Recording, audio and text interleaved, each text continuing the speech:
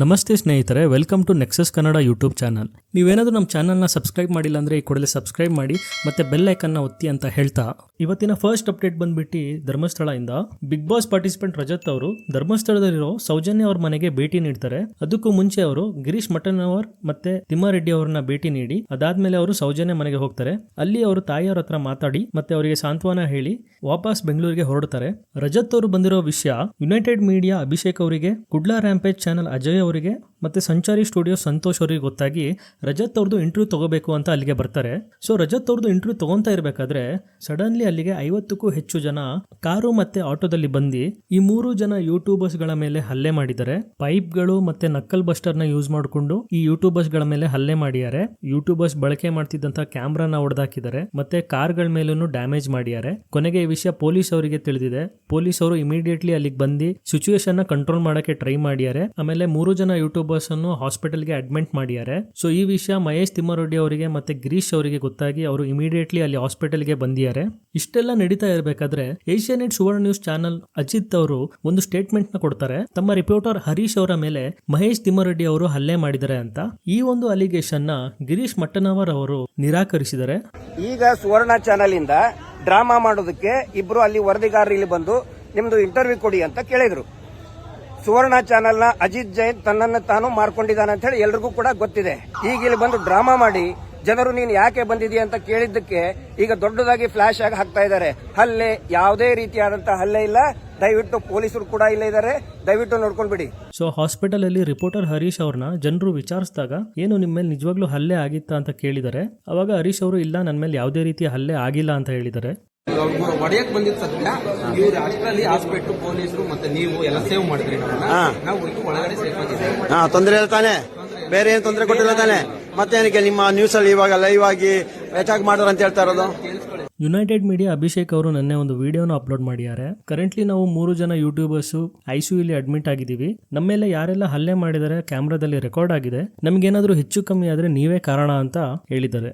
ರಜತ್ ಅವರಿಗೆ ನೀವ್ ಯಾಕೆ ಇದ್ರಲ್ಲೆಲ್ಲ ಇನ್ವಾಲ್ವ್ ಆಗ್ತಾ ಇದ್ದೀರಾ ಅಂತ ಥ್ರೆಟ್ ಕಾಲ್ಸ್ ಮತ್ತೆ ಥ್ರೆಟ್ ಮೆಸೇಜಸ್ ಬರ್ತಾ ಇದೆ ಅಂತೆ ಅವರಿಗೂ ಮತ್ತೆ ಅವರ ಹೆಂಡತಿಗೆ. ಸೊ ಇದ್ರ ಕುರಿತಾಗಿ ಅವರು ಲಾಯರ್ ಜಗದೀಶ್ ಅವ್ರ ಜೊತೆ ಹೋಗಿ ಪೊಲೀಸ್ ಕಂಪ್ಲೇಂಟ್ ಕೂಡ ಕೊಟ್ಟಿದ್ದಾರೆ. ನೆಕ್ಸ್ಟ್ ಅಪ್ಡೇಟ್ ಬಂದ್ಬಿಟ್ಟು ಕಾಮಿಡಿ ಕಿಲರ್ಗಳು ಮಿಂಚು ಅವರು ಮಡೆನೂರ್ ಮನು ಅವ್ರ ಮೇಲೆ ಅಲಿಗೇಷನ್ಸ್ ಮಾಡಿದ್ರಲ್ಲ, ಆ ಕೇಸ್ನ ಇವತ್ತು ವಾಪಸ್ ತಗೊಂಡಿದ್ದಾರೆ.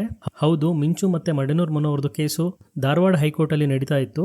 ಇವತ್ತು ಇಬ್ರು ಕೂಡ ಕಾಂಪ್ರಮೈಸ್ ಆಗಿದ್ದಾರೆ ಮತ್ತೆ ಮಿಂಚು ಅವರು ಕೇಸ್ ವಾಪಸ್ ತಗೊಂಡಿದ್ದಾರಂತೆ. ಮನು ಅವ್ರದ್ದು ಮತ್ತೆ ಮಿಂಚು ಅವ್ರದ್ದು ಕೇಸು ಹೈಕೋರ್ಟ್ ಧಾರವಾಡದಲ್ಲಿ ಬಂದಿತ್ತು. ಇಲ್ಲಿ ಅವರು ಕಾಂಪ್ರಮೈಸ್ ಮಾಡಿ ಒಪ್ಪಂದದಿಂದ ಕೇಸ್ ಕ್ಲೋಸ್ ಆಗಿದೆ.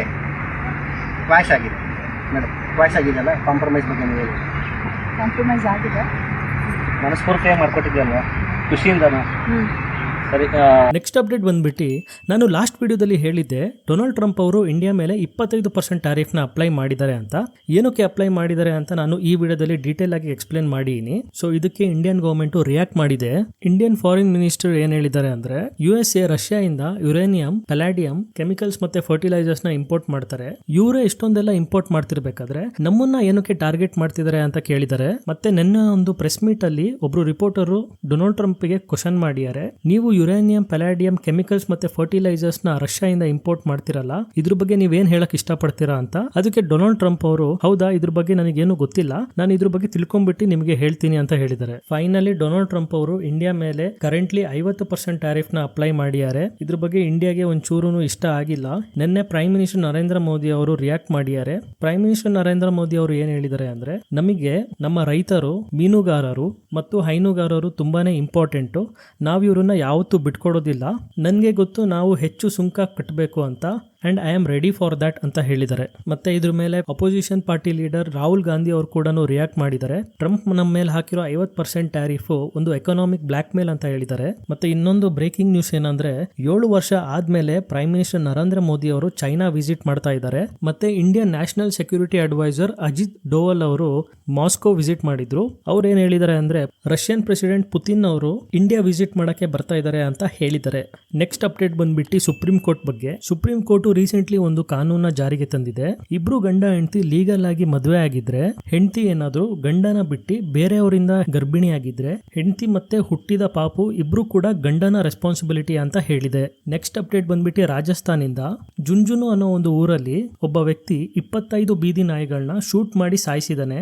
ಈ ಒಂದು ಇನ್ಸಿಡೆಂಟ್ ವಿಡಿಯೋದಲ್ಲಿ ರೆಕಾರ್ಡ್ ಆಗಿದೆ ಮತ್ತೆ ಸೋಷಿಯಲ್ ಮೀಡಿಯಾದಲ್ಲಿ ತುಂಬಾನೇ ವೈರಲ್ ಹೋಗ್ತಾ ಇದೆ. ಅನಿಮಲ್ ಆಕ್ಟಿವಿಸ್ಟ್ ಮತ್ತೆ ಅಲ್ಲಿನ ಲೋಕಲ್ ಪೀಪಲ್ ಇದ್ರ ಬಗ್ಗೆ ಬೇಸರ ವ್ಯಕ್ತಪಡಿಸಿದ್ದಾರೆ ಮತ್ತೆ ಪೊಲೀಸ್ ಸ್ಟೇಷನ್ ಅಲ್ಲಿ ಕಂಪ್ಲೇಂಟ್ ಕೂಡ ರಿಜಿಸ್ಟರ್ ಮಾಡಿದ್ದಾರೆ. ಪೊಲೀಸ್ ಅವರು ಒಂದು ಸ್ಪೆಷಲ್ ಇನ್ವೆಸ್ಟಿಗೇಷನ್ ಟೀಮ್ ನ ಫಾರ್ಮ್ ಮಾಡಿ ಇದ್ರ ಮೇಲೆ ಇನ್ವೆಸ್ಟಿಗೇಷನ್ ಮಾಡ್ತಿದಾರಂತೆ. ನೆಕ್ಸ್ಟ್ ಅಪ್ಡೇಟ್ ಬಂದ್ಬಿಟ್ಟು ನಾನು ಲಾಸ್ಟ್ ವಿಡಿಯೋದಲ್ಲಿ ಹೇಳಿದ್ದೆ ಮಹಾದೇವಿ ಅನ್ನೋ ಒಂದು ಆನೆನ ಕೊಲ್ಲಾಪುರಿಂದ ಒಂತಾರಾಗೆ ಶಿಫ್ಟ್ ಮಾಡಿದ್ರು. ಇದ್ರ ಬಗ್ಗೆ ನಂದಿನಿ ಊರಿನ ಜೈನ್ ಮಠದವರು ಮತ್ತೆ ಅಲ್ಲಿನ ಲೋಕಲ್ ಪೀಪಲ್ ಗೆ ಬೇಸರ ಆಗಿತ್ತು ಮತ್ತೆ ಅವರು ಜಿಯೋ ಪ್ರಾಡಕ್ಟ್ಸ್ ಮತ್ತೆ ಜಿಯೋ ಸಿಮ್ ನ ಬ್ಯಾನ್ ಮಾಡಿದ್ರು. ಬಟ್ ನಿನ್ನೆ ಅನಂತ್ ಅಂಬಾನಿ ಮತ್ತೆ ಅವರ ಆಫೀಸರ್ಸ್ ಒಂದು ಸ್ಟೇಟ್ಮೆಂಟ್ ನ ರಿಲೀಸ್ ಮಾಡಿದ್ದಾರೆ. ಅವ್ರು ಏನ್ ಹೇಳಿದ್ದಾರೆ ಅಂದ್ರೆ ಮಹಾದೇವಿ ಆನೆನ ವಾಪಸ್ಸು ಕೊಲ್ಲಾಪುರಿಗೆ ಶಿಫ್ಟ್ ಮಾಡ್ತೀವಿ, ನಾವು ನಂದಿನಿ ಊರಲ್ಲೇ ಒಂದು ರಿಹ್ಯಾಬಿಲಿಟೇಷನ್ ಸೆಂಟರ್ ನ ಸ್ಥಾಪನೆ ಮಾಡಿ ಅಲ್ಲಿಗೆ ಈ ಆನೆನ ಶಿಫ್ಟ್ ಮಾಡ್ತೀವಿ ಅಂತ ಹೇಳಿದ್ದಾರೆ. ಇದಾಗಿತ್ತು ಇವತ್ತಿನ ಟಾಪ್ ಟ್ರೆಂಡಿಂಗ್ ನ್ಯೂಸ್. ನೀವೇನಾದ್ರೂ ನಮ್ಮ ವಿಡಿಯೋನ ಲೈಕ್ ಮಾಡಿಲ್ಲ ಅಂದ್ರೆ ಈ ಕೂಡ ಲೈಕ್ ಮಾಡಿ, ಶೇರ್ ಮಾಡಿ, ಸಬ್ಸ್ಕ್ರೈಬ್ ಮಾಡಿ ಮತ್ತು ಬೆಲ್ ಐಕನ್ ನ ಒತ್ತಿ ಅಂತ ಹೇಳ್ತಾ ಥ್ಯಾಂಕ್ ಯು.